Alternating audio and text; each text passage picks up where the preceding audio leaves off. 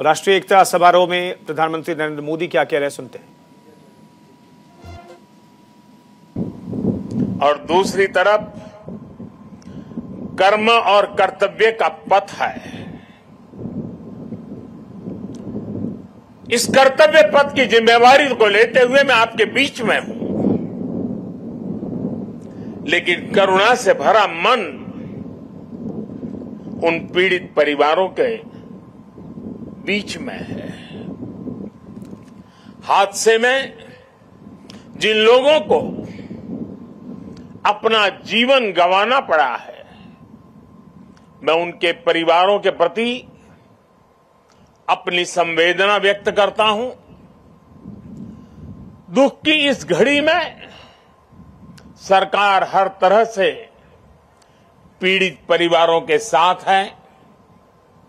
गुजरात सरकार पूरी शक्ति से कल शाम से ही राहत और बचाव कार्यों में जुटी हुई है। केंद्र सरकार की तरफ से भी राज्य सरकार को पूरी मदद दी जा रही है। बचाव कार्य में एनडीआरएफ की टीमों को लगाया गया है। सेना और वायुसेना भी राहत के काम में जुटी हुई है। जिन लोगों का अस्पताल में इलाज चल रहा है, वहां भी पूरी मुस्तैदी बरती जा रही है। लोगों की दिक्कतें कम से कम हो, इसे प्राथमिकता दी जा रही है। हादसे की खबर मिलने के बाद ही गुजरात के मुख्यमंत्री श्रीमान भूपेंद्र भाई रात को ही मोरबी पहुंच गए थे। कल से ही वो राहत और बचाव के कार्यों की कमान संभाले हुए हैं। राज्य सरकार की तरफ से इस हादसे की जांच के लिए एक कमेटी भी बना दी गई है। मैं देश के लोगों को आश्वस्त करता हूं कि राहत और बचाव के कार्यों में कोई कमी नहीं आने दी जाएगी। आज राष्ट्रीय एकता दिवस का ये अवसर भी हमें एकजुट होकर इस मुश्किल घड़ी का सामना करने, कर्तव्य पथ पर बने रहने की प्रेरणा दे रहा है। कठिन से कठिन परिस्थितियों में सरदार पटेल का धैर्य, उनकी तत्परता से सीख लेते हुए हम काम करते रहें, आगे भी करते रहें। साथियों, वर्ष 2022 में राष्ट्रीय एकता दिवस का बहुत विशेष अवसर के रूप में मैं इसे देख रहा हूं। ये वो वर्ष है जब हमने अपनी आजादी के 75 वर्ष पूरे किए हैं। हम नए संकल्पों के साथ आगे बढ़ रहे हैं। आज एकता नगर में ये जो परेड हुई है, हमें इस बात का एहसास भी दिला रही है कि जब सब एक साथ चलते हैं, एक साथ आगे बढ़ते हैं, तो असंभव को भी संभव बनाया जा सकता है। आज यहां देश भर से आए हुए कुछ कलाकार सांस्कृतिक कार्यक्रम भी करने वाले थे।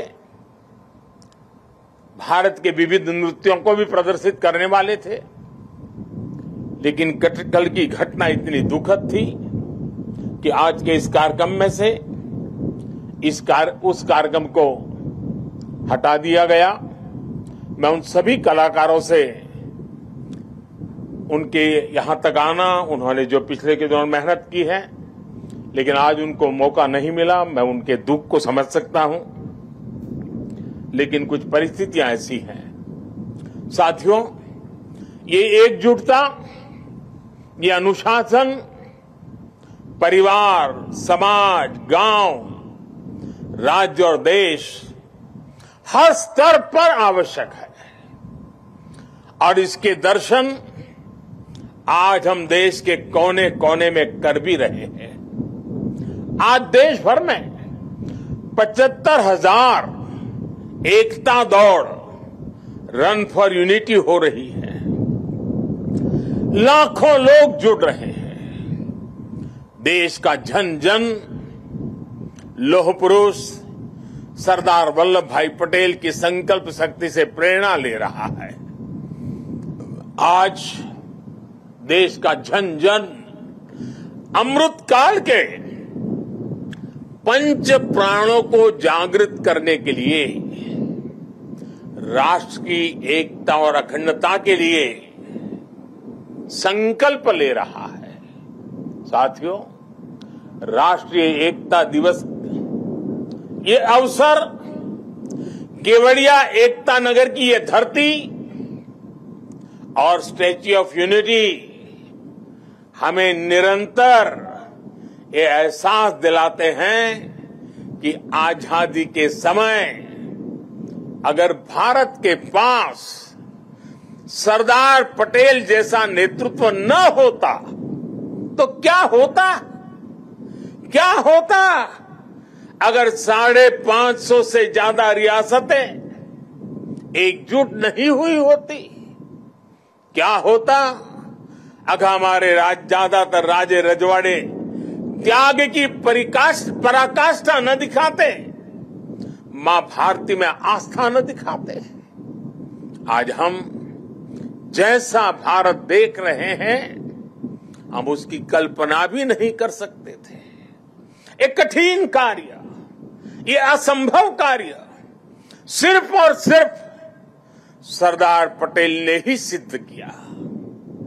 साथियों, सरदार साहब की जन्म जयंती और राष्ट्रीय एकता दिवस ये हमारे लिए केवल तारीख भर नहीं है, ये भारत के सांस्कृतिक सामर्थ्य का एक महापर्व भी है।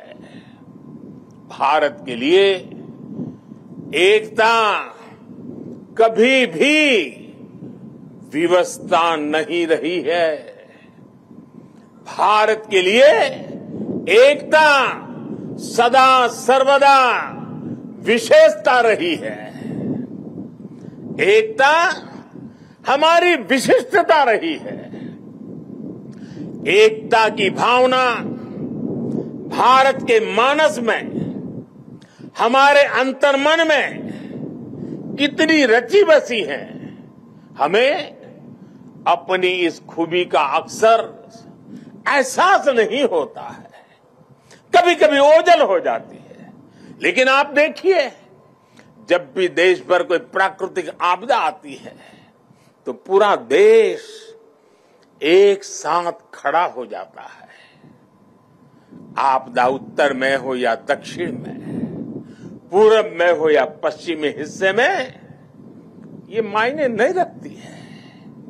पूरा भारत एकजुट होकर सेवा, सहयोग और संवेदना के साथ खड़ा हो जाता है।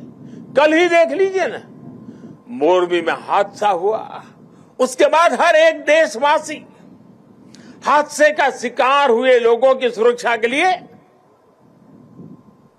प्रार्थना कर रहा है। स्थानीय लोग हादसे की जगह पर अस्पतालों में हर संभव मदद के लिए खुद आगे आ रहे हैं। यही तो एकजुटता की ताकत है। कोरोना का इतना बड़ा उदाहरण भी हमारे सामने है। ताली थाली की भावनात्मक एकजुटता से लेकर राशन, दवाई और वैक्सीन के सहयोग तक देश एक परिवार की तरह आगे बढ़ा। सीमा पर या सीमा के पार जब भारत की सेना शौर्य दिखाती है तो पूरे देश में एक जैसे जज्बात होते हैं, एक जैसा जज्बा होता है। जब ओलंपिक्स में भारत के युवा तिरंगे की शान बढ़ाते हैं तो पूरे देश में एक जैसा जश्न मनता है। जब देश क्रिकेट का मैच जीतता है तो देश में एक जैसा जुनून होता है। हमारे जश्न के सांस्कृतिक तौर तरीके अलग अलग होते हैं, लेकिन भावना एक जैसी ही होती है। देश की ये एकता, ये एकजुटता, एक दूसरे के लिए अपनापन, ये बताता है कि एक राष्ट्र के रूप में भारत की जड़ें कितनी गहरी है।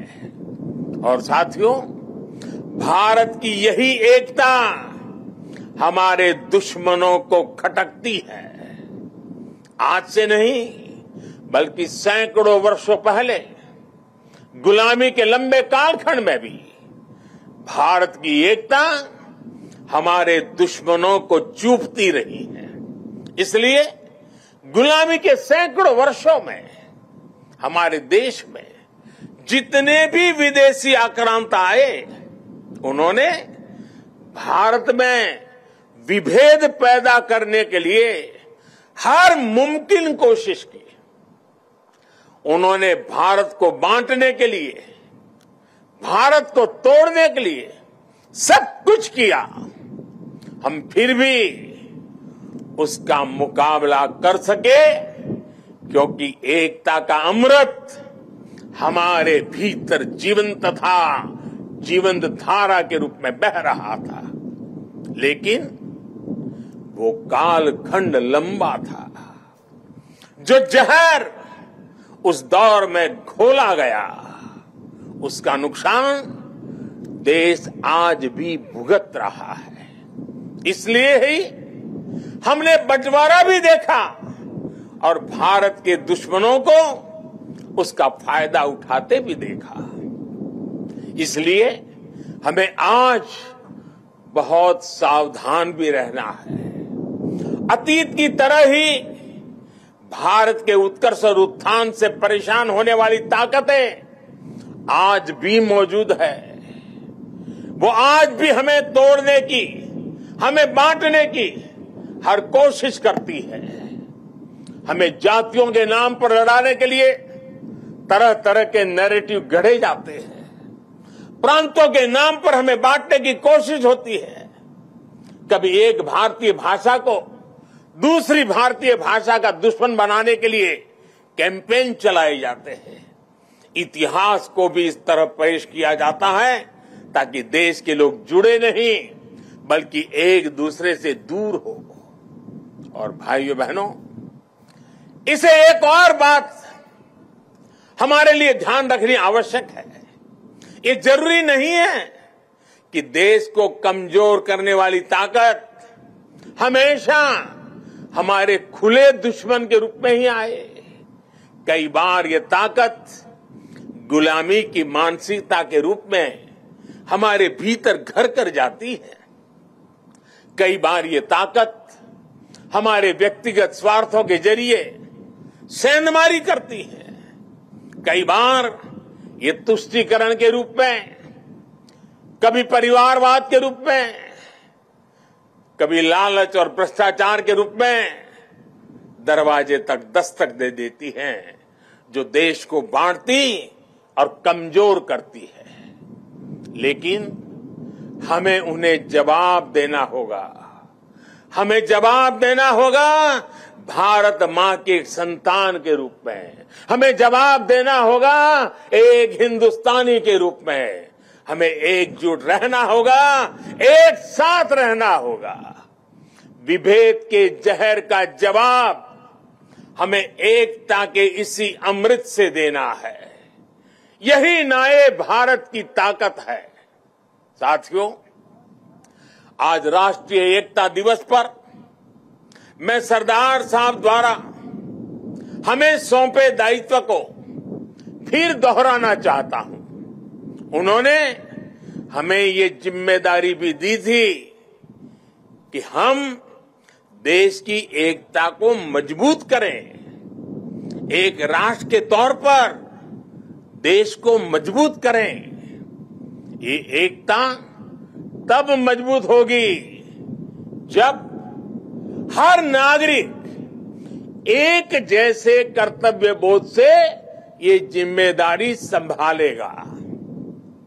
आज देश इसी कर्तव्य बोध से सबका साथ, सबका विकास, सबका विश्वास और सबका प्रयास इस मंत्र को लेकर विकास के मार्ग पर आगे बढ़ रहा है। आज देश में हर कोने में, हर गांव में, हर वर्ग के लिए और हर व्यक्ति के लिए बिना भेदभाव के एक जैसी नीतियां पहुंच रही है। आज अगर गुजरात के सूरत में सामान्य मानवी को मुफ्त वैक्सीन लग रही है, तो अरुणाचल के सियांग में भी उतनी ही आसानी से मुफ्त वैक्सीन उपलब्ध है।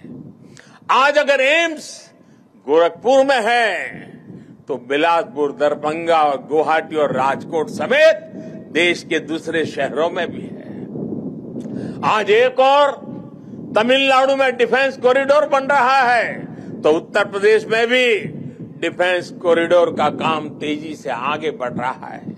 आज नॉर्थ ईस्ट की किसी रसोई में खाना बन रहा हो या तमिलनाडु की किसी सम्मियल अरई में खाना बन रहा हो, भाषा भले अलग हो, भोजन भले अलग हो, लेकिन माताओं बहनों को धुएं से मुक्ति दिलाने वाला उज्ज्वला सिलेंडर हर जगह है। हमारी जो भी नीतियां हैं, सबकी नियत एक ही है, आखिरी पायदान पर खड़े व्यक्ति तक पहुंचना, उसे विकास की मुख्य धारा से जोड़ना। साथियों, हमारे देश के करोड़ों लोगों ने दशकों तक अपनी मौलिक जरूरतों के लिए भी लंबा इंतजार किया है। बुनियादी सुविधाओं के बीच की खाई जितनी कम होगी, उतनी ही एकता भी मजबूत होगी। इसलिए आज देश में सैचुरेशन के सिद्धांत पर काम हो रहा है। लक्ष्य ये कि हर योजना का लाभ हर लाभार्थी तक पहुंचे। इसलिए आज housing for all, digital connectivity for all, clean cooking for all, electricity for all, ऐसे अनेक अभियान चलाए जा रहे हैं। आज 100% नागरिकों तक पहुंचने का ये मिशन केवल एक जैसी सुविधाओं का ही मिशन नहीं है।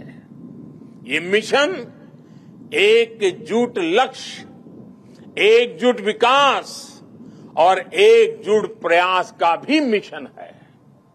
आज जीवन की मौलिक जरूरतों के लिए 100% कवरेज देश और संविधान में सामान्य मानवी के विश्वास का माध्यम बन रहा है।